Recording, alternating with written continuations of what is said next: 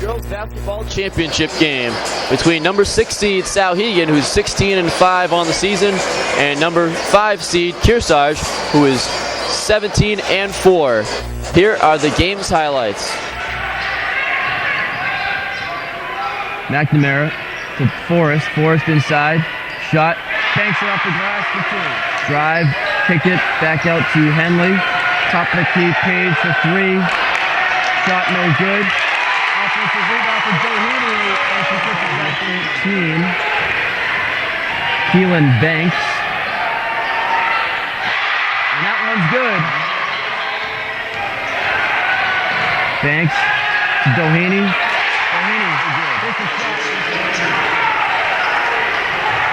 Here's Ty going to the basket.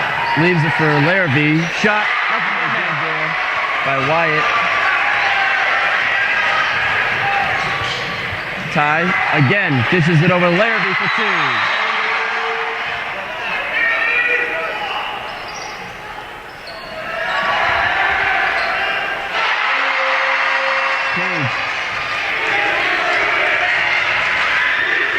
Page for 3. Hits that one.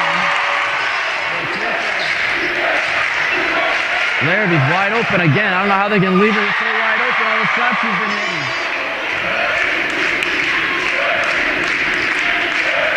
Here's McNamara. And she hits one from 15. Okay, now they're saying it's on Levesque. Okay. White back out to McNamara. And McNamara drains it. 16 seconds left in the first half. Kearsarge with the ball. Here's Cahill on a drive. Oh, nice pass inside to Levesque for 2. Trailing by 13 points. Here's Eliza Henley inside to Margaret Doheny. Katie Levesque hits the shot on the baseline for Kearsarge offensively every time down the floor. Larrabee shot inside. It's good. Cahill on the wing, looking to use a screen by Doheny. Hits the 3-pointer.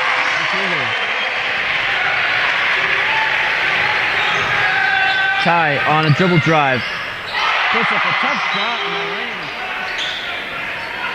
Ty gets it into White. White on a drive. Takes the shot and hits it. Takes the 3. Page drives the basket, takes the shot, and the foul. Jane White leaves it for Ashley Ty. Ty on a drive, dish down to Amber Laverty for 2. Pass to Levesque. Skips it over to Page. Page 3-pointer. Up the net. Good there by Henley. Here's White. Nobody picked up the basketball. Boy, that's just way too easy. Here's Giles to the high post. Doheny hits the shot. White to McNamara. Shot. It's good. And that's it. Souhegan wins it. Their second consecutive Division II championship. 53-27 with a win over Kearsarge.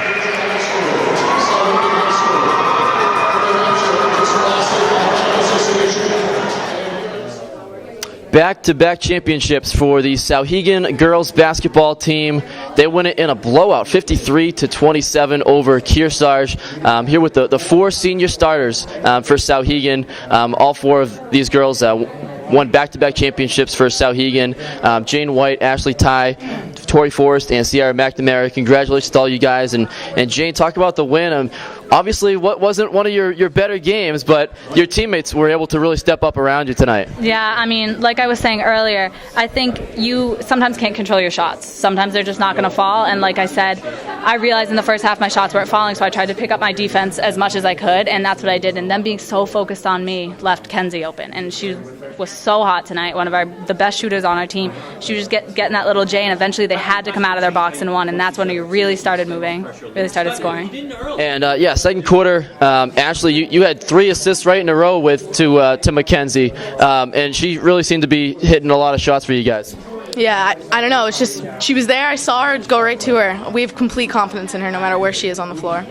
And in the beginning of this game, it was a little bit close, but you guys had to know going in. You were pretty big, heavy favorites, even though they were the 5 seed, you guys were the 6. Especially with their point guard being out with the knee injury. Did you guys know that we had to be pretty good favorites? You still had to take care of business though. Oh, absolutely. We did not take it lightly at all. We knew we had to go in, play how we do every game. Just because they have an injured player, can't take it lightly. Did you guys know much about Kearsarge? I mean, you didn't play them in the regular season. Did you guys scout them at all going in? No, we didn't really know anything about them except for they have a bunch of decent players. Maybe no real standouts, but they're a great team altogether, and we didn't take them lightly at all. And they're here for a reason. They're a good team. We just got to step up tonight. What was the key when you guys made a run, second quarter, third quarter, really pushed the lead up and kind of put the game out of reach? I think one of the things we weren't doing the first half is pushing the ball up the floor. I think that we would get it slow down. They were in a box and one, and stuff wasn't really working out. But I think the second half we really started to push the ball. We really knew that we had to take control of this game. And like Sarah and Tori said, we didn't come into this game thinking automatic win. People would say stuff, but we're one of the most superstitious teams I think we've ever been a part of. And we don't say anything. We knock on wood after everything. So we came in this game knowing we have to play our hearts out. And I think everyone really did. Mackenzie stepped up huge tonight. What was the key defensively? I mean, obviously they only scored 27 points, and they had 30 turnovers. So that doesn't happen often where a team has more turnovers than points. What would you guys do to frustrate them defensively? I think the main thing that we did was on-ball defense and then off-ball defense. That whenever either Jane or one of the girls at the top of the key would come over and trap, someone would rotate right away, and we'd be right there. Kenzie had a couple of leaps in the air to get the ball, and it's just we focus on that in practice this week, on-ball and off-ball, just rotating and help. And Ashley, you battled a shoulder injury all season, but you were able to persevere and go through it. Talk about did you pop it out or in during this game, or what's that been like during the course of the season dealing with that? Yeah, I did pop it out. I think I had a minute left in the first half, and I don't know, like I've been saying, it's kind of just something that I've been dealing with. I don't really focus on it in the game until it does happen, and then I try and brush it right off and go right back in the game because it's not something you can focus on or else it'll keep you down. And you made the decision before the season to not get surgery and to play anyways. Happy with that decision? Two championships, so can't argue with it. Exactly, it's all worth it in the end. And are you going to be able to play softball too? I don't know yet. Not sure yet. Okay, so stay tuned. Most likely I'll be out there. Oh, okay. And what was the key for you guys rebounding the basketball? I mean, you guys must have known, with the two of you guys, 2 6-footers on one team, that's got to be your game plan going into a game is trying to dominate the boards against most teams. Absolutely, and that's what Coach told me going in. He said if you don't do anything else, just own the boards tonight, and that's what I tried to do. And Sierra, how does it feel? This group of girls, 2 championships. Did you think, when Coach Faulkner here took the job before last season that 2 championships in 2 years would be what would happen to you guys? I mean, we've had fairy tale stories both seasons. Just last season, totally unexpected to go undefeated with his first coaching season. Nobody ever expected that, and we did it. This season, coming off 4 losses in the beginning to now, it's all on him. He's a great coach, and first 2 years and 2 championships, that's unheard of. So. And not a lot of drama in this one compared to last year in the championship game.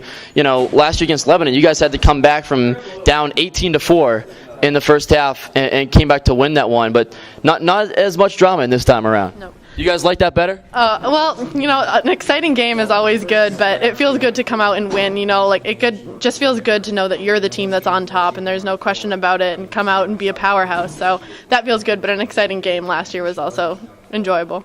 And Tori, you recently decided to commit to Rhode Island College for basketball next year. Talk about that decision and being able to not only win a championship, but now know where you're going to be playing basketball next year. Yeah, it feels great. It's still surreal, but I was recruited by a lot of D3 coaches, but the fit was great. I visited. I love the coach. I love the campus. I love the team. I love the program.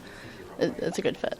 And they had a pretty good season this year as well, winning a championship and talk about being able to go to that program and hopefully get minutes right away. Oh, absolutely. Yeah, I'm hoping I'd work hard and I hope Coach puts me in. And Jane, you're going to be going to Bentley, and Sierra going to Brandeis. You got 3 players on this team that are going to be playing college basketball. Talk about this group of girls coming up, growing up, playing together, and now being able to go out on top. I mean, I think it's amazing. Like we were saying to the other reporter, I think we've been playing together since, what, 4th grade, 3rd or 4th grade? Something like that. And I think it's really just amazing. And like you talked about, the excitement in the last championship game. But if you think about it, we had a lot of letdowns that we had to get through last year and get through this year. We're the 6th seed coming in. We had 4 losses in the beginning of our season. With girls like us, it shouldn't have happened, but it did. And I think the greatest thing about this group of girls is we persevere. We don't get down on each other.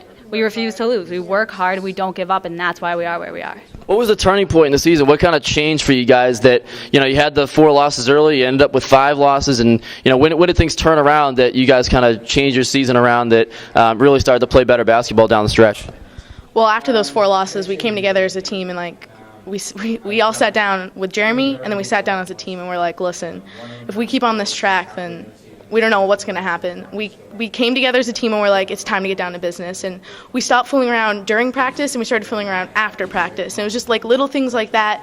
We kept pushing it, and we made each other better during practice. And I feel like that's the main key that what happened. Now, you said you sat down with Jeremy, not me, right? No. Jeremy Faulkner. Okay. Sorry. I just wanted to clarify that. Okay. All right. The other Jeremy. Okay.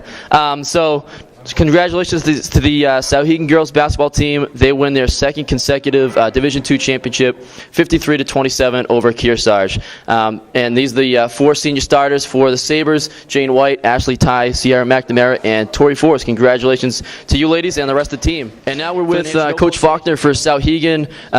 Coach Jeremy Faulkner, 2 years as head coach now for the Sabres, 2 championships. When you took the coaching job here at Souhegan, well, not here, you're at Southern Hampshire University, but did you picture you going back-to-back here in your first 2 years? I didn't picture it. I knew we had the team to do it. That was our goal last year of going undefeated state champions. Our goal this year was that we want to get back to the title game and win it. And it's just an impressive, emotional 2-year run. I never thought that this would happen. Which one, was sweeter? I know it's probably like, Sophie's choice picking between them, but, last year you guys went undefeated and, had a thrilling championship game. This year you had some ups and downs and ended up blowing Kearsarge out in the championship game. Definitely 2 different paths to the championship, but I'm sure they both felt pretty good. They did, and this year is more sweet. I think coming into last year was a dream season. Coming into that of an undefeated season, and then coming here and earning it of the fact first 7 games going 4-3, and then having a team meeting and turning it around, we realized this year that we have to earn it. We got to go and take it, and it's not just going to come to us like it did last year. And once that happened, I really think the turnaround point was at the Lebanon game up at their place. The girls were real down on themselves, and we had a nice little pep talk after, and from then on, we knew we could be back here. Well, you guys gave Lebanon a pretty good game. I mean, obviously you came up empty in that one, but you look at the final scores of the other 8 home games that Lebanon had, and nobody else came close to beating them. You guys only lost by 6. I mean, that must have been still a pretty good battle up there. It was a great battle.